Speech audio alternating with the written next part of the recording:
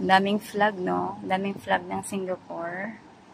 Malapit na kasi yung Singapore National Day. Sa August 6 ba yun? Kalimutan ko.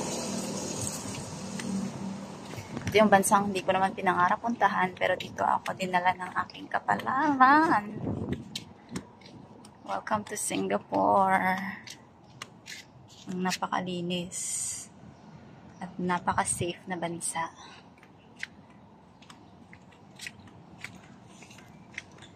Susundo ako ngayon ng estudyante. Ito lang yung maganda dito.